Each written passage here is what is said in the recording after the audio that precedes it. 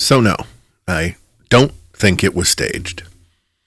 Let me just say that out loud, right at the top, so nobody has to guess where I'm going with this.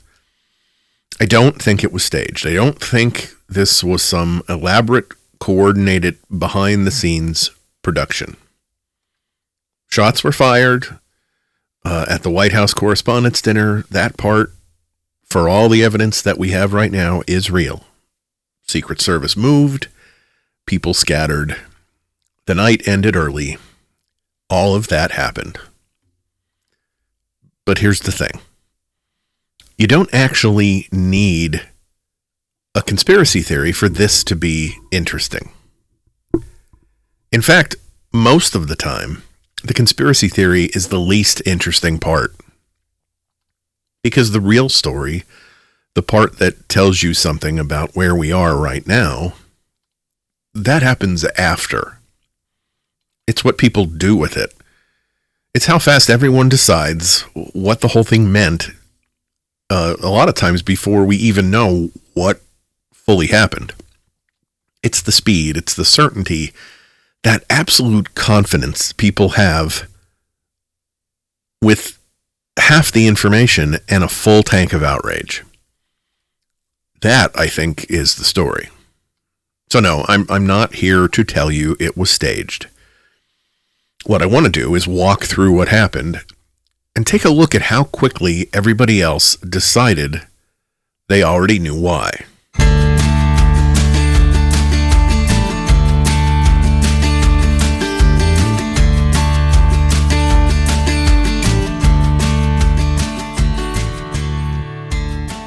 Hello, everyone, and welcome to Your Neighbor on the Left, the podcast where we talk about progressive politics, human decency, and life on the blue side of America's ideological divide. My name is Don Spielis, and I am your host. And today we're going to be talking about what I suppose everyone has been talking about, the events that occurred at the White House Correspondents Dinner a few days ago. It's been in every news story lately, as it should, and there has been a lot of takes on it, I guess, is the best way to say it. So let's just jump right in here and start with the scene. So picture the room, the Washington Hilton, big ballroom, upwards of 2,000 people packed in, shoulder to shoulder. Politicians, journalists, celebrities, staffers. Basically, the entire ecosystem of current American power dressed up, ready for dinner, and pretending just for a couple of hours that all of this is normal. This is supposed to be a night of fun, I guess you'd say. I was going to say jokes, but as you probably heard, they decided not to have a comedian host this year. They decided to have a mentalist host this year. But anyway, a little self-awareness, a little conversation, a little ribbing. People who run the country and the people who cover the people who run the country, all sitting in the same room, pretending to like each other like it's a group therapy session with catering. And there's something else about that room, something that just sort of sits there quietly in the background until a moment like this brings it back. This was the same building as where the attempted assassination of Ronald Reagan happened. Same hotel, different sort of event, different logistics. Reagan was outside when it happened, but yeah, this isn't just trivia. It's sort of like context. That's history sitting there in the walls, waiting for someone to remind you that it's there. And then shots. Not confusion, not did someone drop something, but gunfire. And everything changes at once. Conversations stop mid-sentence. Chairs scrape and fall over. People duck without being told they need to. That low, steady hum of a formal event fractures into something jagged and immediate. And then the choreography kicks in because the Secret Service doesn't hesitate. They don't gather in a circle and workshop it. They don't say, are we sure? They just move fast. Agents lock onto the people they're assigned to protect, and that's it. That's the entire universe in that moment. Everything else just becomes background noise. Hands on shoulders, heads pushed down, bodies redirected. You're not asked, you're told. It's not graceful, it's not polite, it's just efficient. And you can see it happening in real time. Clusters forming around specific people, carving paths through the chaos, moving them out of sight.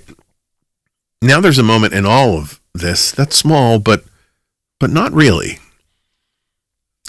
President Trump goes down. And later, he makes a point of clarifying that he didn't fall, that he took a few steps and then the Secret Service told him to get down. And who knows, maybe that's exactly what happened. But think about that for a second. In the middle of actual chaos, real unscripted, nobody knows what's happening chaos, Donald Trump still has this instinct to correct the optics, to shape the moment, to say, no, that's not what happened. That's not what went on.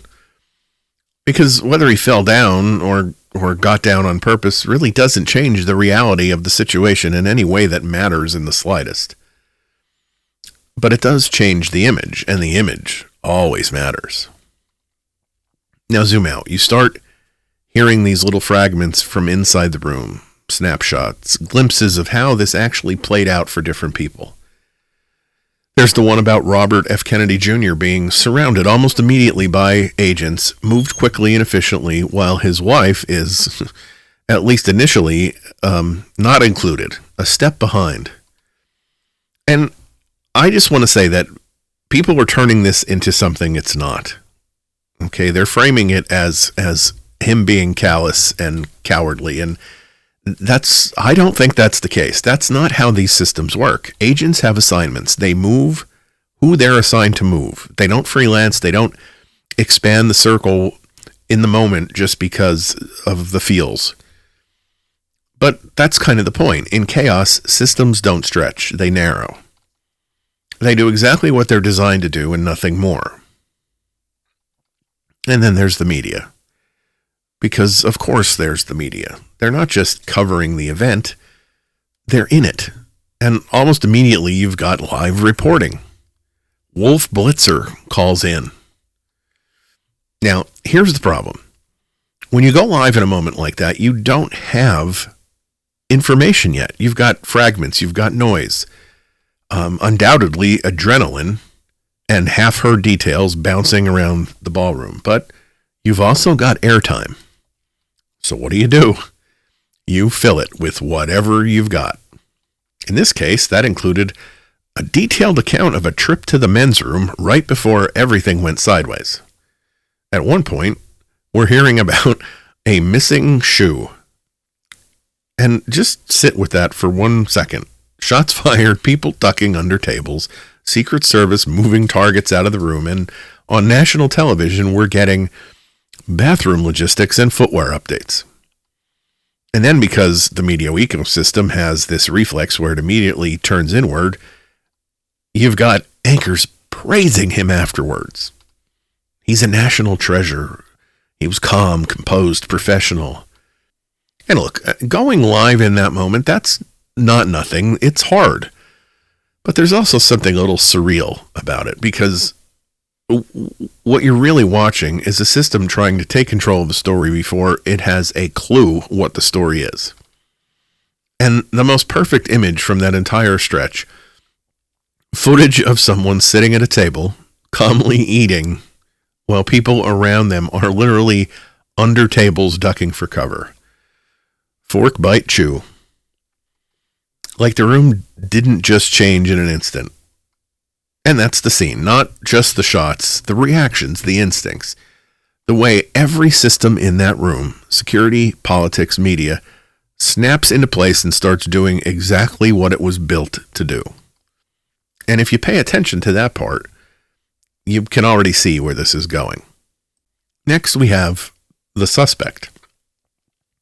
Now, there were initial reports that were false that the suspect was shot and killed on the scene, and that proved to be misinformation. But this is really the part where everybody wants answers, and almost nobody actually has them yet in the moment, because the second something like this happens, the questions start bombarding. Who did it? Why did they do it? Was this targeted? Was this random? Is this bigger than one person? And so on and so on. And the honest answer, especially early on, is usually the same as across the board. We don't know. Now, we have a name at this point, now, days afterwards, Cole Thomas Allen. Now, even though he's been arrested and charged, and all things point to him being the guy, I'm going to continue to refer to him as the suspect just for propriety's sake. But assuming for a moment that this is the case, the picture that starts to form is familiar. Not in the sense that it's predictable, but in the sense that we've seen this pattern before. A single individual, some kind of grievance, some sort of belief system, something that makes sense to them, and maybe absolutely no one else. So they've captured him, and from what's being reported, it happens quickly.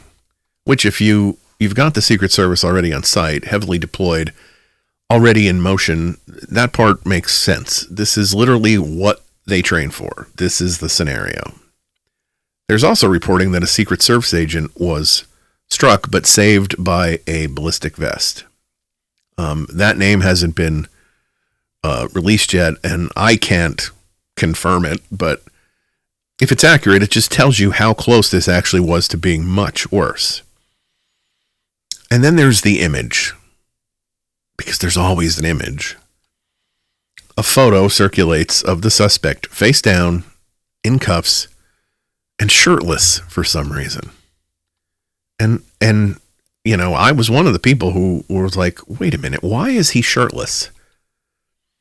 And here's the thing, there might be a completely ordinary explanation, medical check, standard procedure, something that makes perfect sense inside law enforcement protocol, which I know very little about, but that looks bizarre from the outside.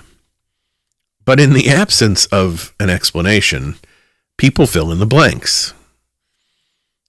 And then there's another question that starts floating around, quieter, but persistent. If he fired shots and if he hit an agent, how was he not shot himself? Now, again, I guess there are explanations for that. Timing, positioning, speed of the takedown.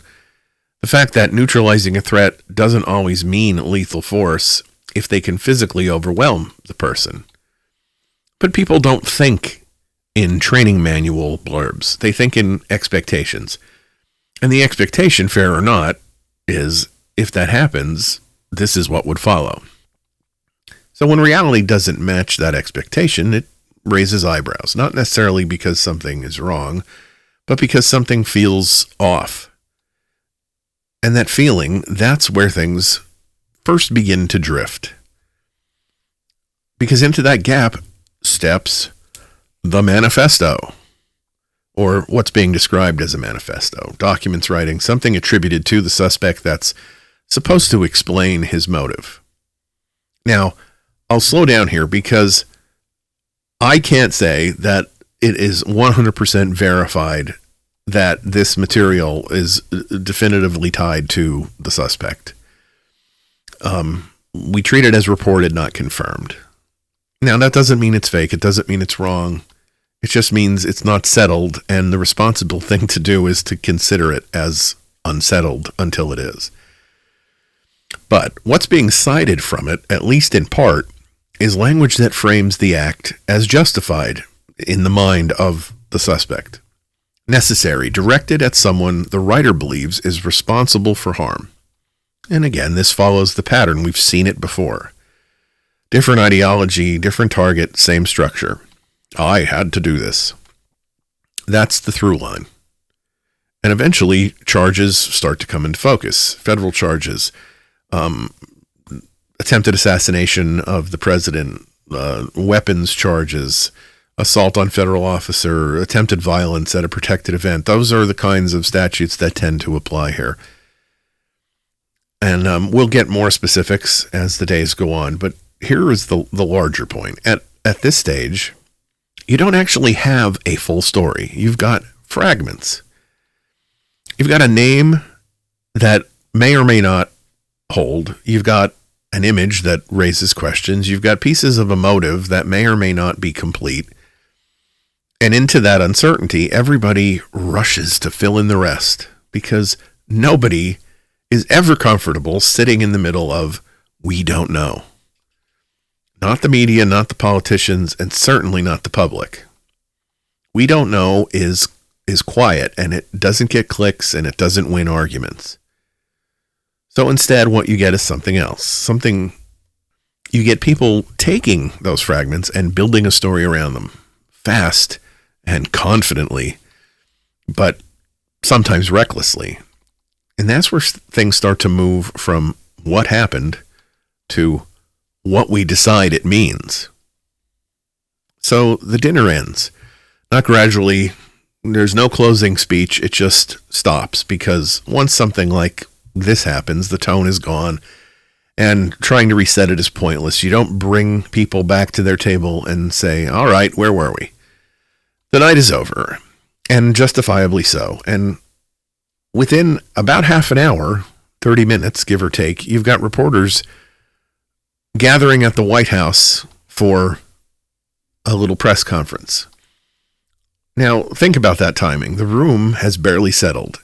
People are still processing what just happened. Details are still unclear. And let's not forget that the people who were gathering for this press conference were also at the dinner. But already we're moving into the next phase, public messaging. Now, Trump comes out and does what he does best. He talks. Most of it off the cuff and reactive. And somewhere in that exchange, of course, the ballroom has to come up. Not the ballroom they were in at the hotel. The idea of a ballroom at the White House. A more secure space, a controlled environment, a place where events like this could happen without the same kind of vulnerability. And on the surface, there's some logic to it. It doesn't sound absolutely crazy. You've just had a security scare. You're standing in front of reporters. You're thinking out loud about how something like this could have been prevented. So fine. But here's where it starts to turn, because it doesn't stay a passing thought. It becomes a talking point. And then, of course, over the next few days, you start hearing it echoed. Republican members of Congress, conservative voices, interviews, clips, sound bites. We need a ballroom. The public wants a ballroom. This is about security. And now we're not just reacting. Now we're building a case. And according to reporting from The Independent, there's actual discussion around a proposal that would run somewhere in the neighborhood of the $400 million that has been mentioned before where the ballroom is concerned. $400 million. And at this point, it's not a bill proposed or passed, not something official yet, but it's being talked about. And that matters. Because think about the sequence. The event happens, shock, fear, confusion, and almost immediately the conversation starts shifting towards infrastructure, towards spending, towards a large taxpayer-funded project that had once been lauded as being free to the taxpayers because it was going to be done through sponsors and donations. But a taxpayer-funded project justified at least in part by what just happened a little while ago. And this is where the contrast hits, because we've seen this before. Not the ballroom part, the other part. A part where people are killed in schools, in churches, in synagogues, in grocery stores. And the response is very different in those situations. What we get from Congress, especially GOP Congress, in those moments is thoughts and prayers, a moment of silence, a statement about how now is not the time to talk about policy. But here, within days, and that's generous. We're talking about a multi-$100 million construction project tied to security. Now, you can argue the differences. You can say they're separate issues. Of course they are. You can point out that protecting the president is a unique responsibility. And all of those are, I assume, valid points. But the speed, the urgency, the willingness to attach money to a solution where the other scenario, the school shootings, gets nothing that even resembles that. And that distinction is not nothing. We get nothing that even vaguely resembles a half step towards a solution where the greater problem of gun violence is concerned in those shooting examples that I referenced before. But now for this, we're immediately asking for taxpayer money to build, a Copa bunker attached to the White House to protect people at parties. What's being described isn't just a ballroom. It never has been. It's a fortified, controlled, insulated space for the most powerful people in the country to have dinner safely. And again, on its own, it's not utterly absurd, but when you place it next to everything else, you place it next to the broader conversation about violence in this country, how do you come up with a word other than selective? Not just in what we respond to, but in how seriously we respond and how quickly. All right, now let's move on to the unavoidable leftist narrative. Because it didn't take long, it never does, before the facts are fully locked in, before motive was even confirmed, before we have a clean, consistent picture of what actually happened, the narrative machine spins up into action. And almost immediately you start hearing it. This was incited. This is the result of hate speech from the left. This is what happens when Democrats, when the media, when the left goes too far. And look, this is a familiar script. We've seen it run in other stories, depending on who the target is and who's holding up the microphone. But what stands out here is the speed, the certainty, the willingness to draw a straight line from rhetoric to action without stopping to ask whether that line actually exists at all in this case. Because here's the reality. At this point in the timeline, we don't have a confirmed, fully established motive. We don't have one tied directly and cleanly to a political ideology at that point. We have fragments. We have, reported details. We have language that may or may not be fully authenticated. But that doesn't slow anything down. It never does, because once a narrative is useful, it doesn't need to be complete. Forget complete. And this is where the amnesia kicks in. Because the same voices talking about dangerous rhetoric are so often the same voices who have spent years either downplaying or outright participating in that same type of rhetoric when it's coming from their side. Especially Trump. And that's not a subtle point. That's not both sides are exactly the same. That is a pattern. When it's useful, rhetoric matters. When it's inconvenient, it's just words. And then, because this is how these things tend to spiral, you get a very specific target yanked into it. Jimmy Kimmel. Now this part is almost surreal. Because days before the dinner, Kimmel does a bit on his show, a sketch. He comments on how there's no comedian this year at the Correspondents Dinner, and he does a mock Correspondents Dinner on his show using stock footage of various famous people as if they are in attendance. And in that bit, he makes a joke about Melania, something along the lines of her having the glow of an expectant widow. Now, whether or not you think that joke is funny or mean or a step too far, that is subjective. Comedy always is. But here's what's not subjective. It is very clearly a joke. It's structured like a joke. It's delivered like a joke. Presented in a comedy segment on a late night talk show. Later, he went on to explain the details of the joke because, nothing makes a joke funnier than having to explain it. But he goes on to say that this was the nexus of this joke was the huge age difference between Donald Trump and his trophy wife. It had nothing to do with political violence and, of course, nothing to do with the Correspondents' Dinner, which hadn't occurred yet.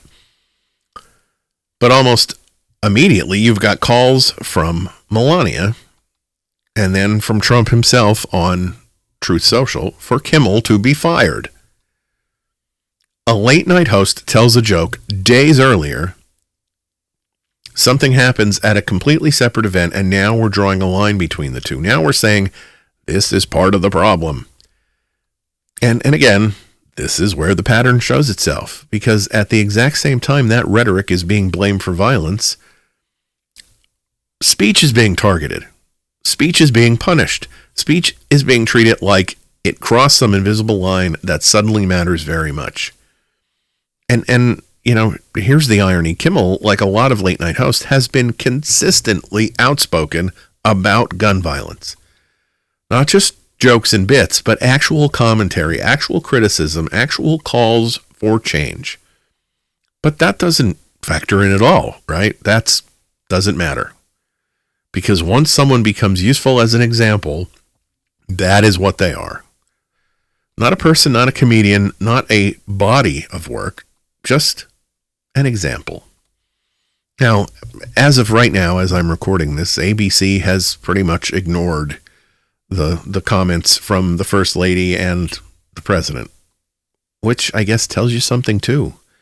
Because outrage is loud, but it doesn't always translate into consequences. Now, on the other side of this, you've got a different kind of reaction. And this is where things get a little more complicated, because this is where you start hearing the phrase false flag. And again, I want to be clear. Right now, based on what we actually know, there is zero verified evidence that this was staged. None. But there is a reason that this idea shows up so quickly. And it doesn't come out of nowhere. It comes from a pattern of distrust. I've talked about the concept of distrust on this podcast before and how it slowly erodes. And this is a great example of it. It comes from people looking at previous events, previous claims, previous narratives, and deciding they don't fully buy what they're being sold. A big part of that, for some people, traces back to the incident in Butler, Pennsylvania. Questions about how that attempted assassination on Trump was reported. Questions about what was confirmed and what wasn't. Questions about what details seem to appear and then disappear. Now again, those are questions people raise. Not confirmed problems, not established inconsistencies, but they exist. And when something like this happens, those questions come back. They get dusted off. And they get applied, fairly or unfairly, to the new situation. And then you layer on everything that happened after this event, the speed of the political messaging and the push for the ballroom and the immediate framing of blame. And for some people, that combination starts to feel like more than coincidence. It starts to feel like a pattern. Now, does that mean it's one? Of course not. Correlation is not causation. Suspicion is not proof. But here's the important part. When trust is so low, people don't wait for proof. They fill in the gaps. And that's exactly what you're seeing. Some of it is genuine skepticism. Some of it, as always, is people chasing clicks and views and engagement. Because, I mean, be honest, what if this was staged travels a lot faster than we don't have enough information yet? And that's the environment that all of this is happening in. Not calm and not measured, not wait for the facts. Just fast, reactive, fill in the blanks environment. And once that starts, it's almost impossible to slow down. And I want to return now to the free speech aspect of all of this, because this is where everything kind of comes together. because in the immediate aftermath, there's a moment where it sounds like maybe, just maybe, despite all expectations, we're actually going to get something measured, something reflective. Trump talks in that press conference about the Correspondents' Dinner as a celebration of free speech. And you hear that and you think, okay, maybe this is where we land. Maybe this is where the tone finally starts to settle. And then comes the 60 Minutes interview. And during that interview, the reporter brings up language from the suspect's manifesto. A line about not willing to permit a pedophile, rapist, and traitor to continue on and on. Now again, this is reported material, not fully settled in every detail, but it's being used in the question. And Trump's response, well, it turns, and it turns fast. He lashes out at the reporter and the press, calls her a horrible person, pushes back, not just on the implication, but on the act of asking the question at all. And then there's the moment that really lands. Trump says, "I'm not a rapist." And the reporter, very calm and measured, says, "Oh, do you think he was referring to you?" And it just hangs there. It was, you couldn't have scripted a better response to what Trump said than that. It's not a gotcha. It's a logical follow-up. The bringing up of the manifesto in the first place is not a gotcha. It is information that's being widely reported. And even Trump said in his response, he was expecting it to come up. It was not a gotcha question. If you're talking about motive, if you're talking about what someone wrote, if you're talking about why something happened, this is the thing to bring up. And the reaction to it tells you everything. Because free speech, real free speech, isn't about protecting things you like. It's about protecting things you don't like. The uncomfortable questions, the inconvenient lines of inquiry, the stuff that makes you stop and say, I really don't like where this is going. And that's where the contradiction shows itself. Publicly celebrating free speech for a soundbite at a press conference and then immediately getting your hackles up when it's applied in a way that isn't flattering to you. And you see the same pattern in the call for Kimmel to be fired. Because again, if speech only works when it's agreeable, if Trump only likes free speech when it's spoken in MAGA, it's not really free. It's conditional. And conditional speech isn't protected speech. It's permission. And permission can be revoked.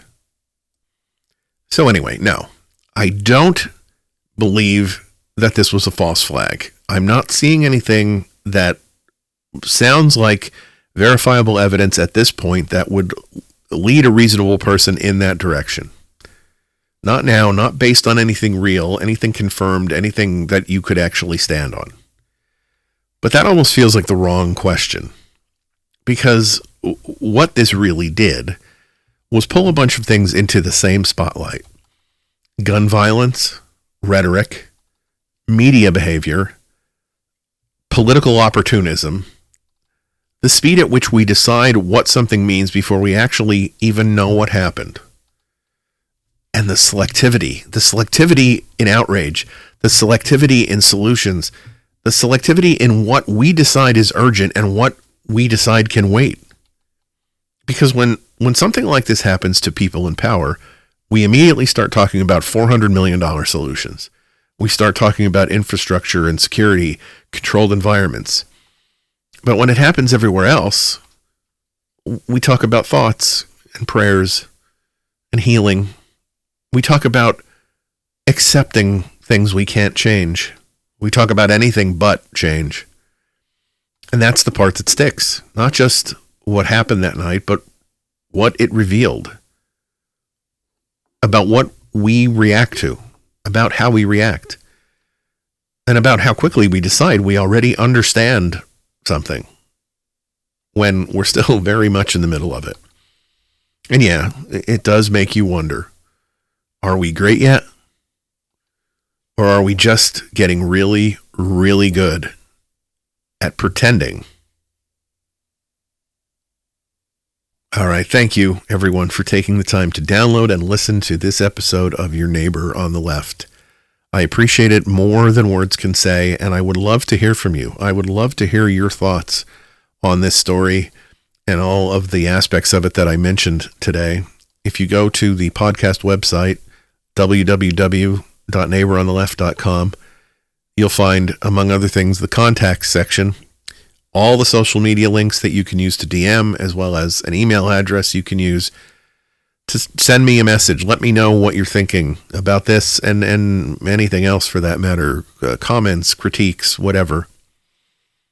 You can also find on the website a web player section that enables you to stream or download any episode of the podcast going all the way back to the beginning, and a blog section where I post stories that mirror the things I talk about on the podcast, and I include all of my sources.